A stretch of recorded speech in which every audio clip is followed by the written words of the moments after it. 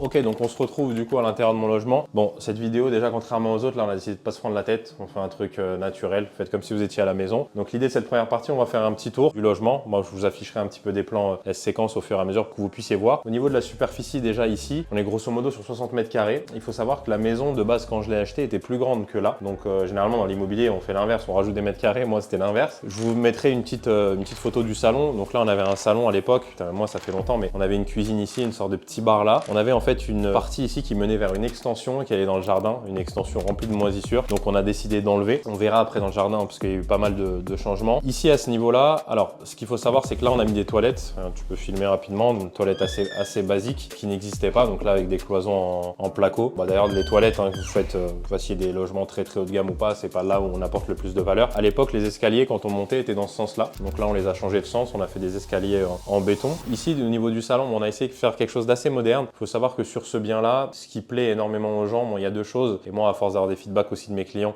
j'ai pu le constater. C'est déjà premièrement l'espace chambre. C'est là où ils vont passer la majorité de leur temps. Et également l'espace extérieur avec le bassin. Donc au niveau de ce salon-là, ce qu'on a voulu faire déjà, c'est d'amener des tons, on va dire, clairs. Ce que j'ai voulu faire également, ça on le verra dans la partie 2 avec les petites erreurs que j'ai réalisées, c'est que je voulais absolument partir en fait sur le même sol, que ce soit à l'intérieur, donc au rez-de-chaussée, et aussi à l'extérieur. Donc il y a un carrelage intérieur, un carrelage extérieur. Ce qui change, c'est juste au niveau de la, pas envie de dire de bêtises, mais le revêtement n'est pas le même. C'est-à-dire qu'à l'extérieur, il est plus rugueux justement pour être antidérapant. Mais sinon, voilà, je voulais emmener cet aspect de profondeur. Il s'avère, comme on est en Ile-de-France, bon, tout ce qui est couleur blanc, notamment à l'extérieur, on verra que c'est pas forcément une bonne idée. Mais voilà, au niveau de l'esprit général, on voulait quelque chose d'assez zen, assez cool, assez moderne. Là, on a mis des niches avec des spots, une grande télé. Ce qui est intéressant, et ça, faut toujours le garder à l'esprit. Souvent, moi, je vais vous conseiller de vous placer sur des créneaux premium par rapport à l'activité qu'on fait, l'immobilier 2.0. Premium, haut de gamme, ça signifie surtout pas hors de prix. C'est ce que j'essaye de répéter aux gens. Là, le canapé, vous voyez, ça marche très bien. Ça fait 2 ans et demi qu'il est là. C'est un canapé que j'ai acheté chez Ikea qui vaut 500 €. On va dire que celui-là, c'était mon logement test parce que j'avais pas d'expérience avant de démarrer. Donc, effectivement, j'ai fait des erreurs. On le verra dans la partie 2. Il y a des choses, avec du recul, je les aurais fait différemment. Mais voilà, c'est un logement qui marche très bien. On verra les chiffres après. Et pourtant, un canapé Ikea. Voilà, au niveau de la cuisine, du Ikea, une plaque vitrocéramique avec deux feux, ça suffit amplement. Une petite hotte, machine à café. Ici, on a le ballon d'eau chaude. Voilà, donc au niveau du salon, assez basique. Donc si on continue sur cet espace-là, bon, il n'y a rien de particulier à signaler. Ici, du coup, le coin mini-bar, ceux qui sont abonnés à la chaîne. D'ailleurs, si vous n'êtes pas abonné, je vous invite à vous abonner. Ceux qui sont abonnés, ils ont l'habitude de voir ça. Effectivement, c'est des produits que je laisse à disposition des clients. Donc toujours mini-bar. Normalement, il est plus rempli que ça. Là, on arrive en fin de stock. Pareil, ce que j'appelle le coin des gourmands, pardon. Là, il y a une petite carte.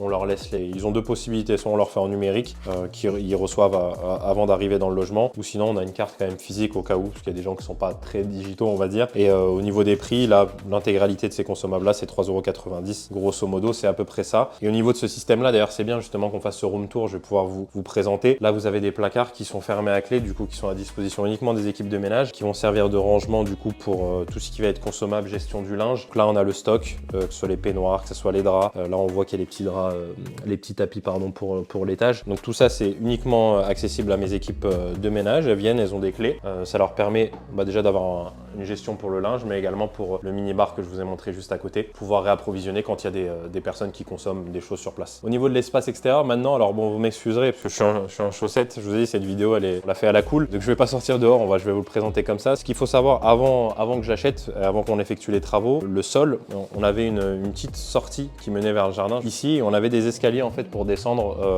au niveau jardin, qui était du coup plus bas, environ je pense 80 cm plus bas que le niveau du salon. Moi, ce que j'ai voulu avec l'artisan, ce que je lui ai demandé, pour encore une fois qu'il y ait cet aspect de profondeur, une fois qu'on rentre de là-bas, qu'il y ait cette profondeur et qu'on puisse avoir un espace qui soit beaucoup plus allongé. Donc c'est pour ça qu'on a en fait tout rehaussé et également pour pouvoir avoir cet aspect de bassin encastré. Donc on a rénové et puis après on a remis des marches pour pouvoir avoir un bassin qui est en haut à peu près à 1,50 m. Au niveau de la profondeur et des dimensions, on est grosso modo sur quelque chose comme 3,50 m par 2,40 m de mémoire, et en termes de profondeur on a 1,50 m. Donc vous voyez, on n'est pas du tout sur une sorte de piscine olympique. Les gens quand ils viennent ici, c'est sûrement pas pour faire des longueurs, c'est juste là on a une banquette où les gens peuvent s'asseoir tout simplement, boire un verre, etc. Et pourquoi ça a été sympa aussi pour nous de surélever le tout, c'est qu'on a pu mettre un local technique du coup en dessous. Donc là il y a une petite trappe qui est sur la gauche et on a pu tout simplement mettre toutes les machines, installer le local technique directement en bas. Voilà pour cet espace extérieur. Bien évidemment on a refait tous les murs que vous voyez là, le mur du voisin, etc. On a installé cette petite pergola là, on a un petit peu boisé. Voilà, pour l'espace extérieur c'est à peu près tout. Donc on va passer maintenant directement à l'étage. Ce qu'il faut savoir, d'ailleurs, quand j'ai acheté cette maison là, il y avait du gaz effectivement. Moi j'ai supprimé la l'arrivée de gaz. Maintenant, tout est à l'électrique. Donc, au niveau du système de chauffage, climatisation directement, d'ailleurs, c'est ce que je vous conseille. Hein. Pour moi, les climatisations réversibles, chaud-froid, alors ça chauffe très bien, ça consomme pas énormément. Et l'été, surtout, en termes de confort pour les clients, en fait, on se base sur du standing hôtelier. Donc, pour moi, c'est beaucoup mieux. Même la question, elle se pose pas. Donc, au niveau de la chambre, qu'est-ce qui s'est passé? Donc, on avait donc ces deux chambres-là. Ce qu'on a décidé de faire directement, c'est de casser le plafond. Très souvent, quand on a ce genre de bien-là, et pour les personnes qui me suivent, ils savent que les maisons de ville, moi, typiquement pour cette activité-là, c'est des biens, je trouve, qui matchent parfaitement.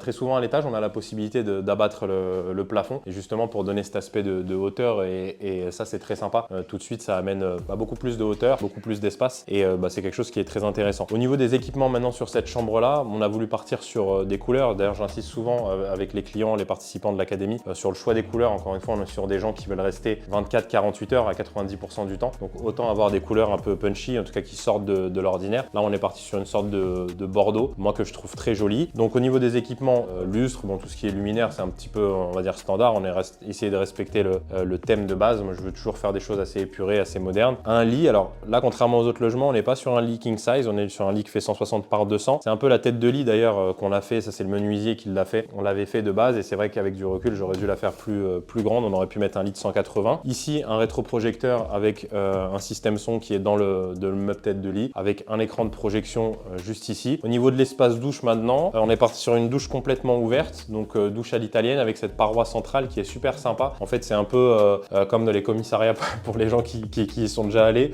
C'est en fait un système sans teint, c'est-à-dire là, vous arrivez à voir dans la chambre, mais dans la chambre, une fois que vous vous douchez, la personne qui est dans la chambre, elle ne vous voit pas. Donc ça, c'est assez sympa. Un ensemble de douches dorées, une baignoire ronde avec un robinet sur pied directement. Donc voilà, salle de bain assez basique, mais assez moderne, ce qui fait largement le travail. Moi, c'est vrai qu'avec du recul, c'est vraiment cette pièce-là que je trouve très sympa. D'ailleurs, pour les personnes qui veulent la référence, c'est une paroi de la marque Profiltech, les 160 de large par 2 mètres de hauteur. Grosso modo, en termes de coût, ça faut compter à peu près 1200 € pour la fourniture. D'ailleurs, prix que je trouve assez correct. Voilà, au niveau de la chambre, c'est à peu près tout. Je pense que j'ai pensé à tout. Ici, encore des placards fermés. Ça, c'est pour les équipes de ménage. Alors là, ce qu'on met dedans, c'est tout ce qui va servir aux ventes additionnelles.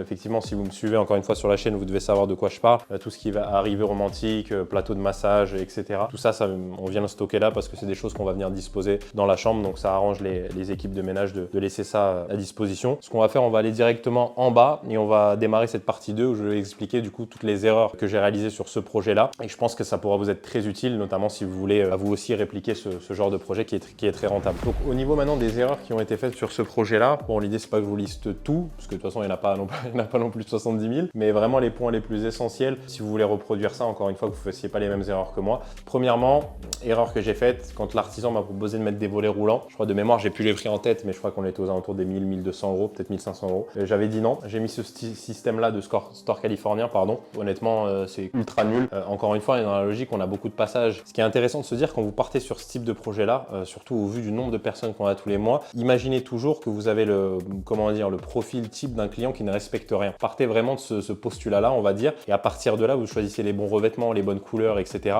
Parce qu'il s'avère qu'effectivement, on a des clients qui sont moins respectueux que d'autres. Et ça, les stores californiens, alors ça marche très bien quand c'est pour chez nous. On fait attention, on est délicat. Vous savez, c'est avec des petits systèmes de ficelles.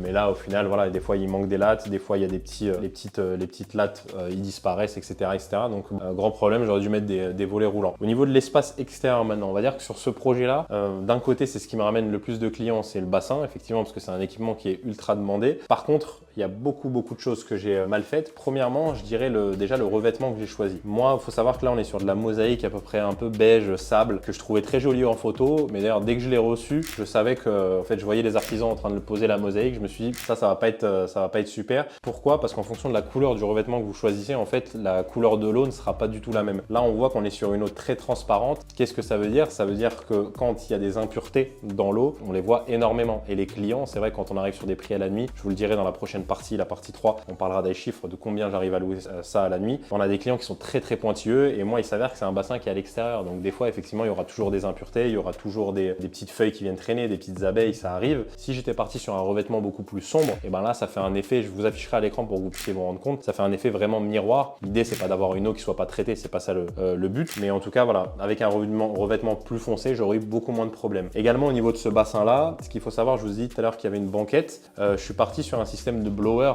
il y a deux systèmes en fait. Il y a un système de blower, c'est un système qui va venir envoyer de l'air dans l'eau. Quand on envoie de l'air dans l'eau, c'est là qu'on a un peu cet effet bulle comme on a dans les jacuzzis. Et j'ai mis des jets de massage où là qui viennent envoyer de l'air au niveau des dorsaux pour avoir cet effet massant. Le problème de système blower, c'est que ça faisait énormément de bruit, surtout au niveau de mon voisinage. Et effectivement, cette machine-là, au final, au bout de les 6-7 mois d'exploitation, j'ai dû l'enlever parce que ça causait beaucoup trop de nuisances, trop de problèmes avec le voisinage. Dernière erreur maintenant, si je peux vous éviter de la faire, par rapport au traitement de l'eau, je suis parti, en fait, je pensais que mes femmes de ménage, enfin les équipes qui viennent gérer le ménage, comme on a quasiment des ménages quotidiens, elles pouvaient gérer donc le chlore, le pH, etc. Vous savez, le chlore c'est en galet et le pH, on met du pH- par exemple. Je pensais que je pouvais le faire comme ça. Au final, ça a été énormément de prise de tête et ce que j'ai décidé de faire il y a maintenant 1 an et demi, qui change honnêtement complètement la vie, ça a été de mettre un système de traitement automatique, vous savez, avec des bidons. Donc on a des gros bidons de chlore liquide, des gros bidons de pH- et on a des machines qui viennent réguler directement en fonction de la qualité de l'eau et qui viennent injecter des produits automatiquement, et ça, c'est un gain de temps énorme. Grosso modo, sur des systèmes comme ça, de mémoire, je crois que j'avais payé quelque chose comme 1700 euros, 1700 euros, mais en termes d'énergie mentale que moi ça m'a libéré, honnêtement, ça les vaut largement. Au niveau de l'étage maintenant, parce que c'est vrai que j'ai pas fait des erreurs malheureusement qu'au rez-de-chaussée, sinon ça aurait été trop simple. Mais comme je vous disais, ça c'est vraiment le projet test, on va dire, et même vous, je pense, derrière votre caméra, enfin derrière votre écran, ça doit vous rassurer parce que au final, ce qui paye, c'est vraiment le passage à l'action, parce que là, on peut voir que j'ai fait des erreurs effectivement, mais ça reste un projet, même en Ile-de-France, avoir des projets aussi rentables que ça, bah honnêtement, c'est très rare. Et dites-vous bien que voilà, je suis parti, moi, j'avais pas de connaissances en immobilier quand j'ai créé ce projet-là. Donc même quand on n'a pas toutes les connaissances du monde, on fait des erreurs, on arrive à avoir des projets qui sont très rentables. Et ça, je pense que ça doit être rassurant pour certains. Donc au niveau de la chambre, la première chose que j'ai mal faite entre guillemets, c'est le revêtement sol. On est parti sur une sorte de peinture époxy beige parce que c'est les tons que je voulais moi, qui matchaient bien avec le bordeaux du mur. Le problème, c'est que sur ce genre de logement-là, avec le taux de passage qu'on a, bah déjà ce revêtement-là, il n'est pas forcément adapté, mais surtout la couleur, elle l'est encore moins. Donc ça a été une première erreur. L'avantage de c'est vrai que ces revêtements-là de sol, c'est qu'on peut les refaire assez rapidement. Ça se passe en, je sais même pas si c'est une couche ou deux couches une fois que c'est déjà fait quand c'est pour de la rénovation. Je sais pas, mais en tout cas voilà, on arrive à refaire et à avoir un sol très propre pour des coûts assez faibles. Mais voilà, si c'était à refaire, je ferais différemment effectivement. La deuxième grosse erreur, je dirais, ça a été lié à des problèmes d'humidité. Et ça, c'est très important que vous l'intégrez si demain vous voulez lancer des projets comme ça, où on a forcément des points d'eau. Alors moi, avec l'expérience, c'est vrai que l'eau, concrètement, c'est ce qui peut vous causer le plus de problèmes. Parce qu'à partir du moment où on a de l'eau qui commence à s'écouler à droite, à gauche, on a des problèmes d'étanchéité. Là, ça peut vite devenir vraiment catastrophique. Qu'est-ce qui s'est passé? Bah, ici, au niveau des points d'eau, on a quoi? On a la baignoire. Là, je sais pas si en vidéo, vous allez vous rendre compte, mais c'est une baignoire qui fait quasiment, j'ai pas envie de dire de bêtises, mais je pense au moins 300 litres. Et quand elle est remplie avec de l'eau très chaude, ça dégage énormément de buée, d'humidité. Pareil pour la douche, on a encore une fois, je vous ai dit tout à l'heure, au niveau de des avatars clients qu'on reçoit, il faut toujours se dire voilà, qu'on va avoir des gens pas respectueux. Et bah typiquement les douches, voilà, on a des personnes qui vont laisser couler l'eau pendant très longtemps, ce qui va faire qu'on va très souvent arriver sur des pièces très humides. Et ça, c'est quelque chose que j'aurais dû prévoir beaucoup plus en amont. Alors ce qu'on a fait, c'est qu'on a changé la VMC, on a mis quelque chose de beaucoup plus puissant. Également, il y a un système de déshumidificateur que j'ai mis en place qui fonctionne très bien. Donc ça, c'est quelque chose que je vous conseille. Mais quand vous créez un projet en amont, et ça, c'est quelque chose que sur lequel on est en train de réfléchir justement avec les équipes pour un projet de grange d'ailleurs que je vous ai documenté sur cette chaîne-là. Là, on va vraiment mettre un bassin extérieur et cette fois-ci, on va vraiment pas refaire les mêmes erreurs. Donc voilà, il faut avoir un système VMC du coup qui est adapté. Pas hésiter à mettre quelque chose de très puissant pour tout ce qui va être pièces humides, salle d'eau, etc. Bon, c'est dommage, le soleil revient quand on termine la vidéo. Mais bon, c'est comme ça, mais c'est aussi bien que je vous mette dans les bonnes conditions parce que c'est vrai qu'on est en région parisienne. Moi, dans ma tête, sur ce logement-là, je voulais faire un truc style vraiment Bali, qu'on se sente bien, qu'on se sente à l'aise. Alors c'est le cas, hein. Quand on est là, on se sent super bien. Ça, c'est un gros avantage, hein. Je ne cesse de le répéter, mais c'est vrai que ce que j'appelle l'immobilier 2.0, bah, c'est vrai que c'est un vrai kiff parce qu'on a des logements qui sont rentables, mais aussi qui font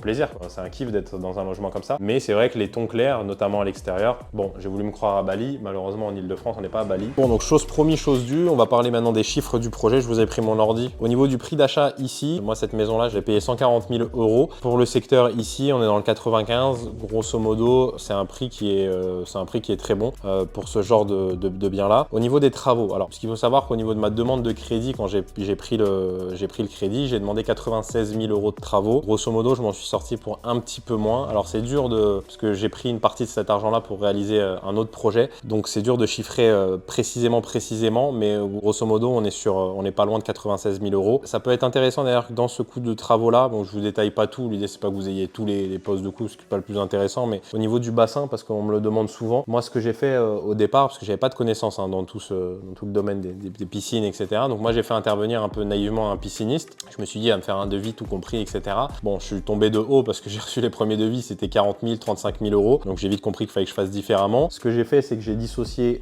deux choses. Donc déjà, la partie maçonnerie, donc les murs, les fondations du bassin, etc. Et ce que j'ai fait, c'est que j'ai fait quand même intervenir un pisciniste. Alors là, pour la fourniture des produits, parce que moi, je savais pas quel type de jet de massage, etc. en fonction du mètre cube d'eau qu'il y avait dans le bassin. Donc là, il a fallu que je fasse intervenir quelqu'un. Grosso modo, en termes de coût des machines, de mémoire, on était entre 8 et grosso modo à 9 000 euros pour le coût des machines. Et pour la maçonnerie, on était sur quelque chose comme un peu moins de 10 000 euros de mémoire, ce qui m'a fait un bassin tout compris grosso modo à 16 000 euros. Donc ça, c'est un très bon moyen si vous voulez créer ce genre de bassin-là.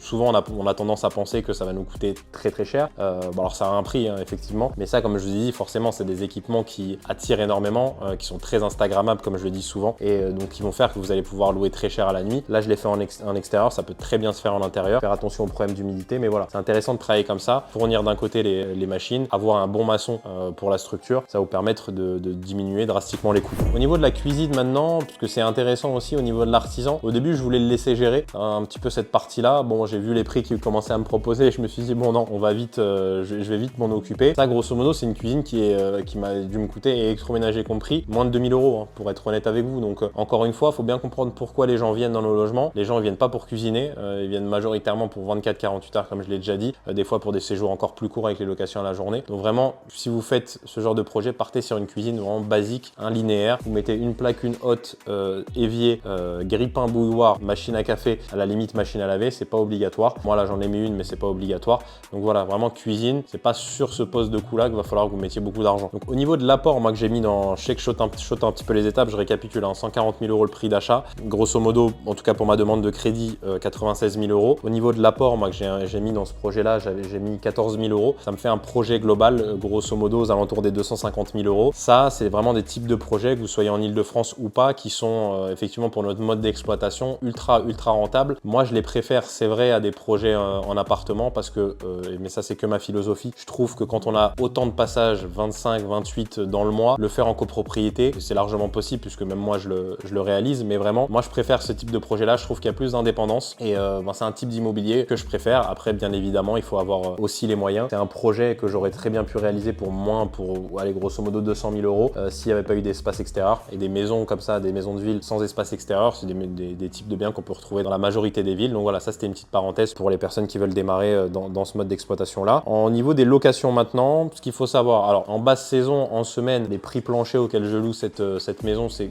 grosso modo 200 euros la nuit. Ça c'est les prix que je touche. En haute saison et en week-end, on arrive à apprivoiser les 500 euros par nuit. Au niveau du taux d'occupation maintenant, depuis que j'ai démarré, on est grosso modo à 90%. C'est très rare qu'il y ait un mois, je pense que ça m'est jamais arrivé, qu'il y ait un mois de moins de 25 000 loués. Honnêtement, ça n'arrive jamais parce que c'est un type de bien qui plaît énormément aux clients. Il y a plein d'autres choses à dire pour comprendre pourquoi ce logement fonctionne. D'ailleurs, pour ceux que ça intéresse, je vous mets une vidéo ici. Vous verrez, dans cette vidéo, justement, on a analysé pourquoi ce logement cartonne beaucoup plus en détail. Donc, je vous invite à la regarder pour les personnes qui ne l'ont pas vu. Donc, au niveau du chiffre d'affaires ici, en moyenne, on arrive à 8 000 euros mensuels. C'est ce qu'on arrive à générer sur cette maison. Alors, je vais regarder un petit peu les autres chiffres que je vous ai mis qui peuvent être intéressants. Au niveau du coût du ménage, moi, je suis sur un prix par passage avec la société avec qui je travaille à 56 euros. C'est un prix qui est honnêtement très correct. Alors, avant, il gérait même l'entretien de la piscine. Maintenant, c'est plus le cas. Donc, dans ce prix-là, 56 euros par passage, on a bien évidemment le ménage. Je précise pas que c'est fait par une société professionnelle, donc avec des produits professionnels, ça sent bon, etc. Donc ça, c'est très important. Également, tout ce qui va être gestion du linge. Donc, elle récupère le linge sale, elle s'occupe de le nettoyer directement et elle me le ramène, elle le met repassé. Là, ce qu'il faut savoir, c'est qu'on est sur 4 couchages. D'ailleurs, j'ai pas précisé. Ici, c'est un canapé qui fait lit. D'ailleurs, sous ce coffre-là, on laisse toujours à disposition tout ce qui va être drap, serviette, oreiller, etc. Et à l'étage, du coup, le lit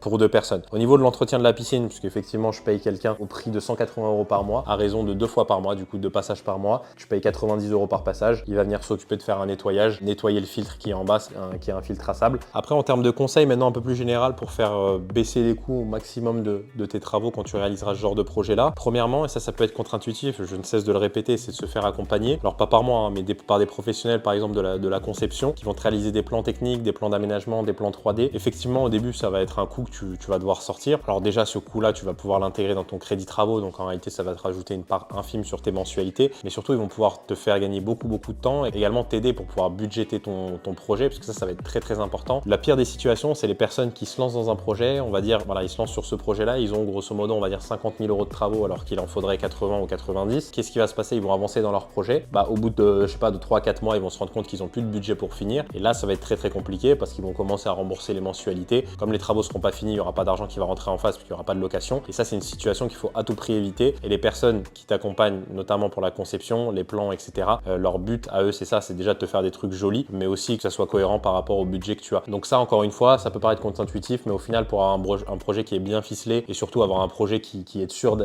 d'arriver au bout, n'hésite pas à te faire accompagner. Après, autre conseil, moi que j'utilise tout le temps sur mes différents chantiers, parce que déjà j'ai des artisans de confiance et ça c'est très important, et j'ai des artisans aussi qui acceptent parce qu'ils savent que moi j'ai l'habitude de commander les fournitures de mon côté. Quand je dis fourniture, ça peut être des volets, ça peut être tout ce qui va être matériel électrique, les interrupteurs, les appliques, ça va être également la climatisation. Tu vois, j'avais un fournisseur avec des bons tarifs pour les 2 cassettes de clim là à l'intérieur, je les ai fait commander et j'ai l'artisan qui m'a pris juste de la main d'œuvre. Donc tu vois, si tu arrives à dissocier ça et que tu arrives à avoir des bons prix pour les matériaux dont tu auras besoin lors de ton chantier, ça peut être également une bonne stratégie. Pour toutes les personnes maintenant qui sont intéressées pour réaliser ce type de projet-là, que ce soit une maison de ville comme celle-là ou un appartement, ou en tout cas qui sont intéressés par le mode d'exploitation, ce que j'appelle l'immobilier 2.0, donc créer des logements haut de gamme et en faire des logements très très rentables en location courte durée. Vous trouverez dans la description directement un plan d'action en 6 étapes. C'est une vidéo de plus d'1 heure. Honnêtement, je ne peux pas vous apporter plus de valeur. Si vous êtes intéressé, vous trouverez vraiment votre bonheur dans cette vidéo. Vous avez juste à cliquer dans le lien qui se trouve sous la vidéo directement. C'est 100% gratuit et vous pourrez y retrouver là-bas